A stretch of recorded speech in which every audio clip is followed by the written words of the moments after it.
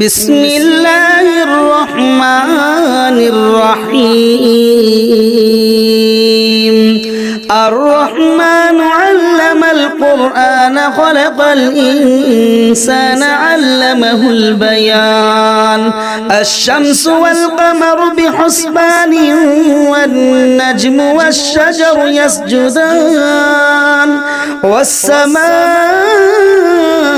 رفعها ووضع الميزان ألا تطغوا في الميزان وأقيموا الوزن بالقسط ولا تخسروا الميزان والأرض وضعها للأنام فيها فاكهة والنخل ذات الأكمام والحب ذو العصف والريحان فبأي آلاء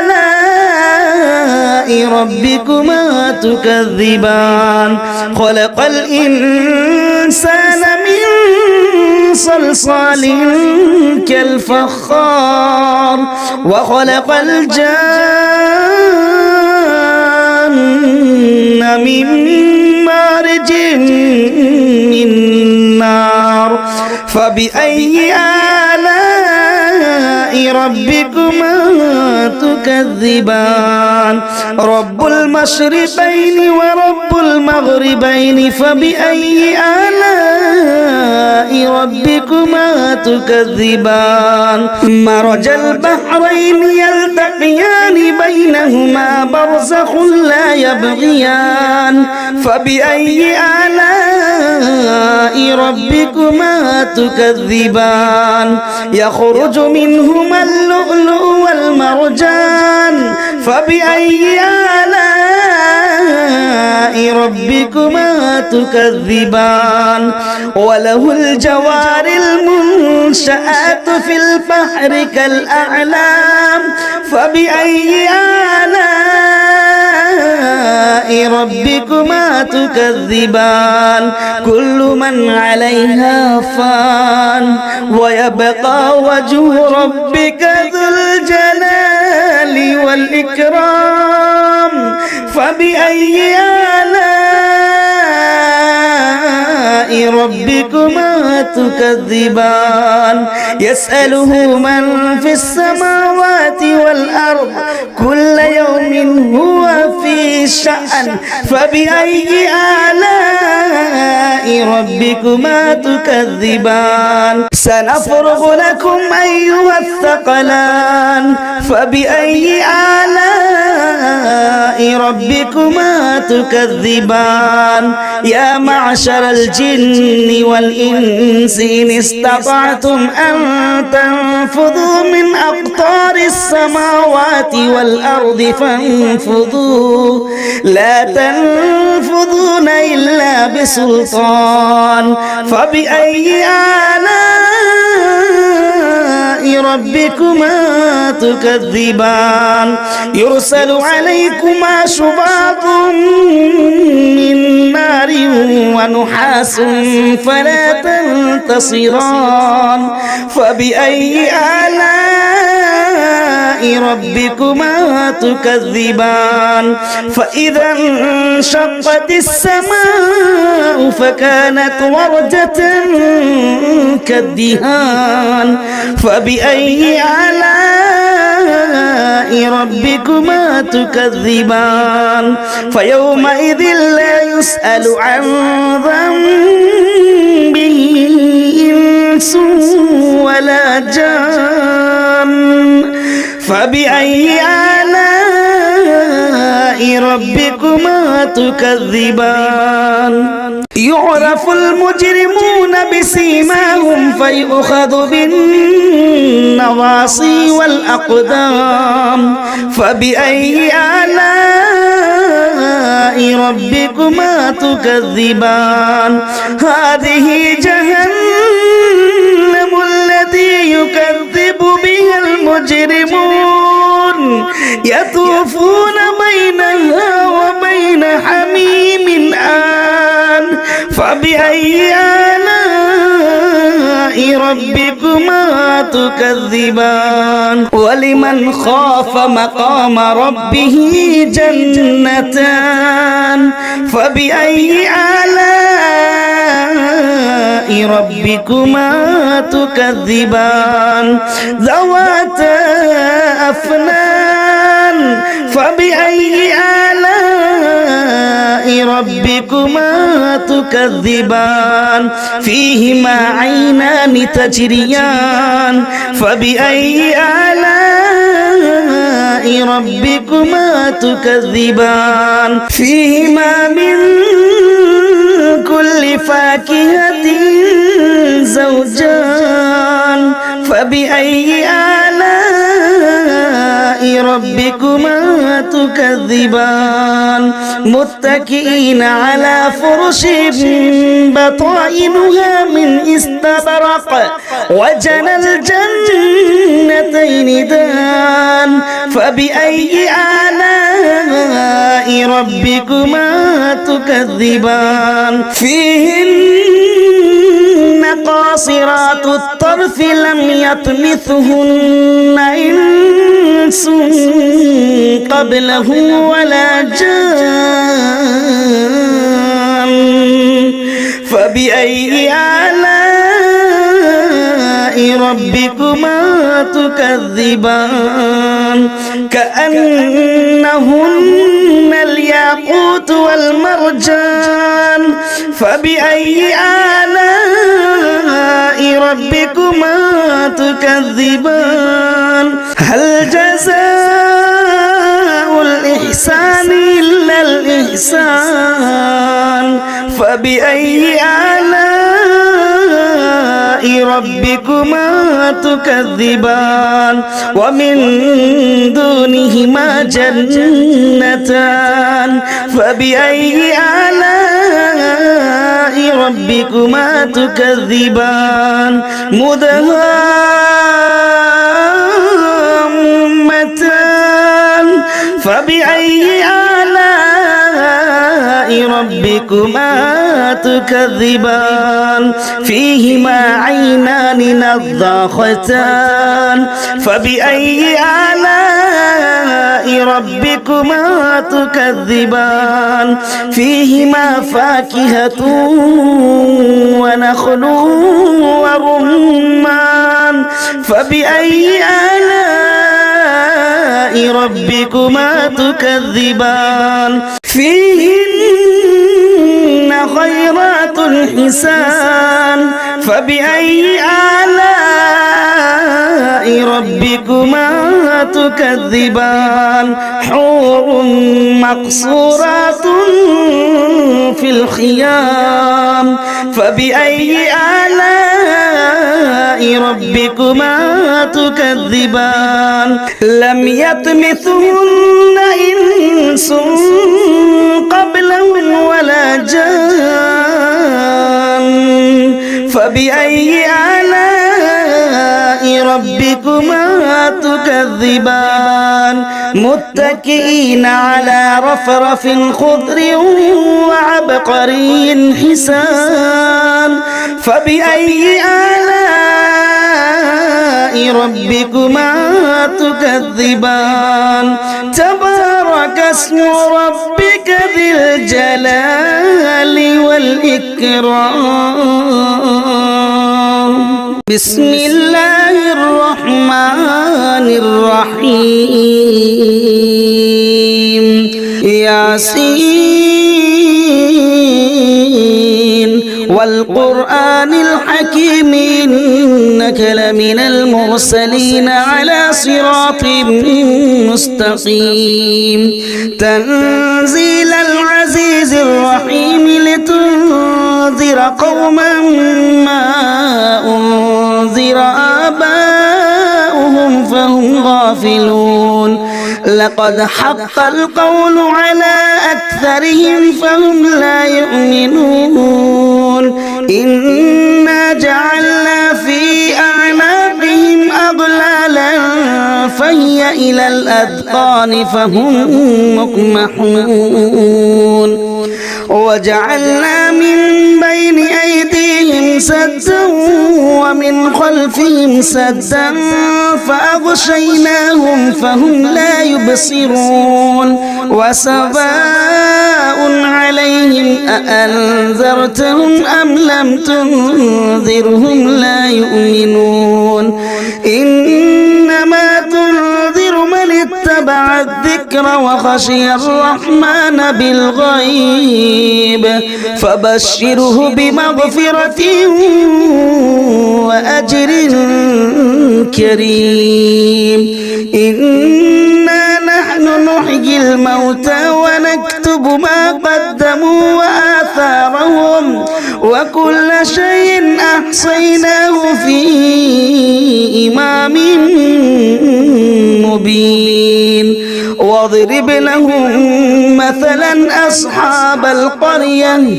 إذ جاءها المرسلون إذ أرسلنا إليهم اثنين فكذبوهما فعززنا بثالث فقالوا إنا إليكم مرسلون قالوا ما أنتم إلا بشر مثلنا وما أنزل الرحمن من شيء إن أنتم إلا تكذبون قالوا ربنا يعلم إنا إليكم لمرسلون وما علينا إلا البلاغ المبين قالوا إنا تطيرنا بكم لئن لم تنتهوا لنرجمنكم وليمسنكم منا عذاب أليم قالوا طائركم معكم أئن ذكرتم بل أنتم قوم مسرفون وجاء من أقصى المدينة رجل يسعى قال يا قوم اتبعوا المرسلين اتبعوا من لا يسألكم أجرا وهم مهتدون وما لي لا أعبد الذي فطرني وإليه ترجعون أأتخذ من دونه آلهة إن يردني الرحمن بضر لا تغني عني شفاعتهم شيئا ولا ينقذون إني إذا لفي ضلال مبين إني آمنت بربكم فاسمعون قيل ادخل الجنة قال يا ليت قومي يعلمون بما غفر لي ربي وجعلني من المكرمين وما أنزلنا على قومه من بعده من جند من السماء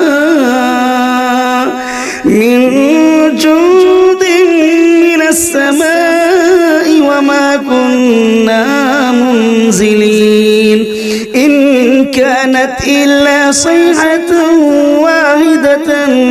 فإذا هم خامدون يا حسرة على العباد ما يأتيهم من رسول إلا كانوا به يستهزئون ألم يروا كم أهلكنا قبلهم من القرون أنهم إليهم لا يرجعون وإن كل لما جميع لدينا محضرون وآية لهم الأرض الميتة أحييناها وأخرجنا منها حبا فمنه يأكلون وجعلنا فيها جنات من نخيل وأعناب وفجرنا فيها من العيون ليأكلوا ليأكلوا من ثمره وما عملته أيديهم أفلا يشكرون سبحان الذي خلق الأزواج كلها مما تنبت الأرض ومن أنفسهم ومما لا يعلمون وآية لهم الليل نسلخ منه النهار فإذا هم مظلمون والشمس تجري لمستقر لها ذلك تقدير العزيز العليم والقمر قدرناه منازل حتى عاد كالعرجون القديم لا الشمس ينبغي لها أن تدرك القمر ولا الليل سابق النهار وكل في فلك يسبحون وآية لهم أنا حملنا ذريتهم في الفلك المشحون وخلقنا لهم من مثله ما يركبون وإن نشأ نغرقهم فلا صريخ لهم ولا هم ينقذون إلا رحمة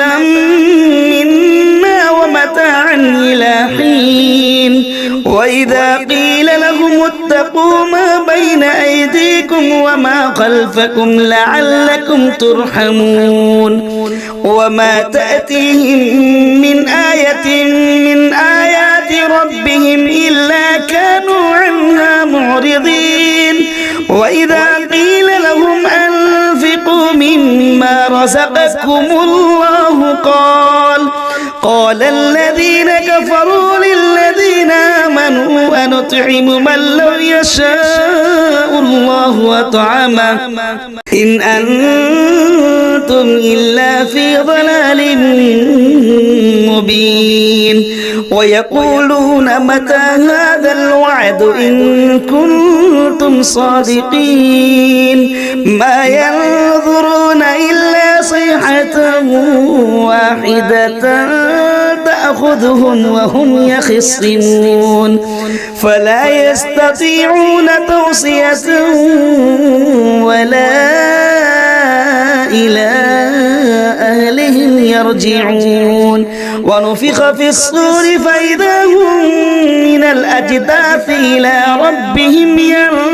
ينسلون قالوا يا ويلنا من بعثنا من مرقدنا هذا ما وعد الرحمن وصدق المرسلون إن كانت إلا صيحة واحدة فإذا هم جميع لدينا محضرون فاليوم لا تظلم نفس شيئا ولا تجزون إلا ما كنتم تعملون إن أصحاب الجنة اليوم في شغل فاكهون هم وأزواجهم في ظلال على الأرائك متكئون لهم فيها فاكهة ولهم ما يدعون سلام قولا من رب رحيم وامتازوا اليوم أيها المجرمون ألم أعهد إليكم يا بني آدم ألا تعبدوا الشيطان إنه لكم عدو مبين وأن اعبدوني هذا صراط مستقيم ولقد أضل منكم جبلا كثيرا أفلم تكونوا تعقلون هذه جهنم التي كنتم توعدون اصلوها اليوم بما كنتم تكفرون اليوم نختم على أفواههم وتكلمنا أيديهم وتشهد أرجلهم بما كانوا يكسبون ولو نشاء لطمسنا على أعينهم فاستبقوا الصراط فأنى يبصرون ولو نشاء لمسخناهم على مكانتهم فما استطاعوا مضيا ولا يرجعون ومن نعمره ننكسه في الخلق أفلا يعقلون وما علمناه الشعر وما ينبغي له إن هو إلا ذكر وقرآن مبين لينذر من كان حيا ويحق القول على الكافرين أولم يروا أنا خلقنا لهم مما عملت أيدينا أنعاما فهم لها مالكون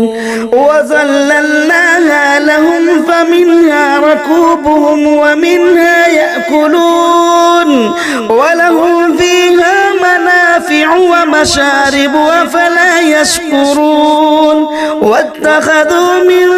دون الله آلهة لعلهم ينصرون لا يستطيعون نصرهم وهم لهم جند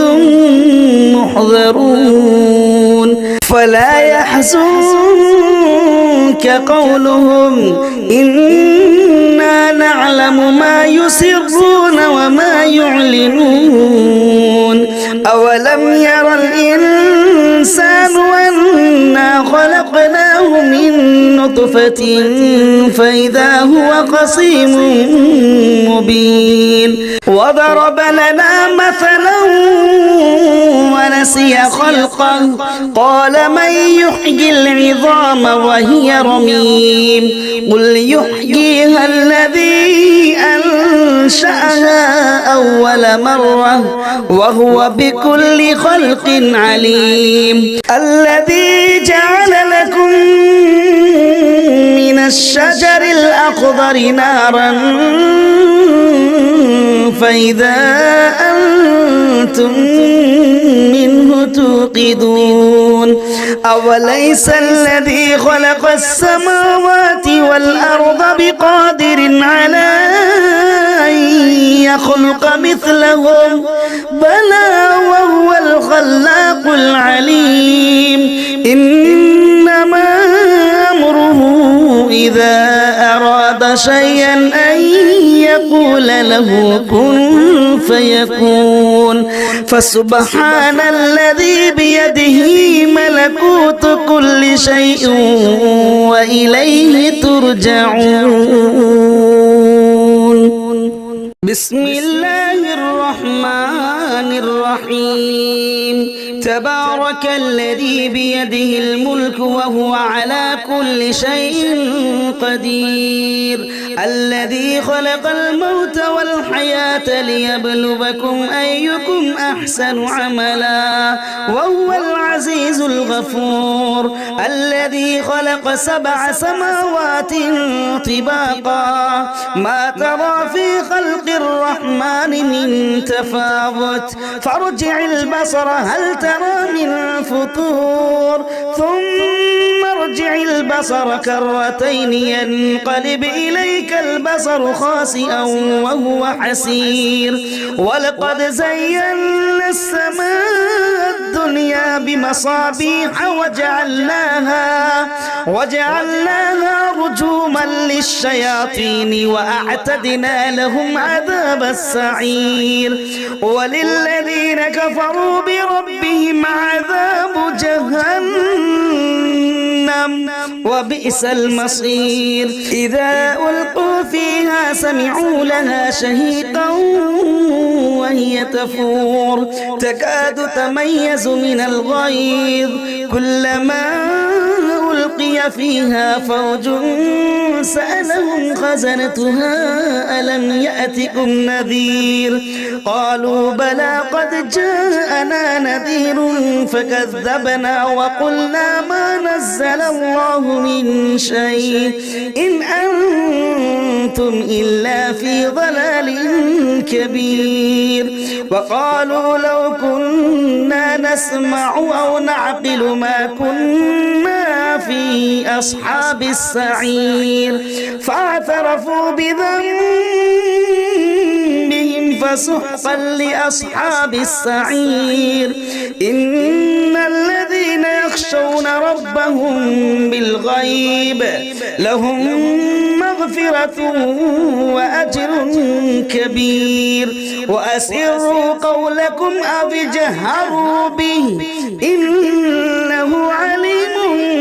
بذات الصدور ألا يعلم من خلق وهو اللطيف الخبير هو الذي جعل لكم الأرض ذلولا فامشوا في مناكبها وكلوا من رزقه وإليه النشور أأمنتم من في السماء أن يخسف بكم الأرض فإذا هي تمور أم أمنتم من في السماء أن يرسل عليكم حاصبا فستعلمون كيف نذير ولقد كذب الذين من قبلهم فكيف كان نكير أولم يروا إلى الطير فوقهم صافات ويقبضن ما يمسكهن إلا الرحمن إنه بكل شيء بصير أمن هذا الذي هو جند لكم ينصركم من دون الرحمن إن الكافرون إلا في غرور أمن هذا الذي يرزقكم إن أمسك رزقا بل لجوا في عتب ونفور أفمن يمشي مكبا على وجهه أهدى أمن يمشي سويا على صراط مستقيم قل هو الذي أنشأكم وجعل لكم السمع والأبصار والأفئدة قليلا ما تشكرون قل هو الذي ذرأكم في الأرض وإليه تحشرون ويقولون متى هذا الوعد إن كنتم صادقين قل إنما العلم عند الله وإنما أنا نذير مبين فلما رأوه زلفة سيئت وجوه الذين كفروا وقيل هذا الذي كنتم به تدعون قل أرأيتم إن أهلكني الله ومن معي أو رحمنا فمن يجير الكافرين من عذاب أليم قل هو الرحمن آمنا به وعليه توكلنا فستعلمون من هو في ضلال مبين قل أرأيتم إن أصبح ماؤكم غورا فمن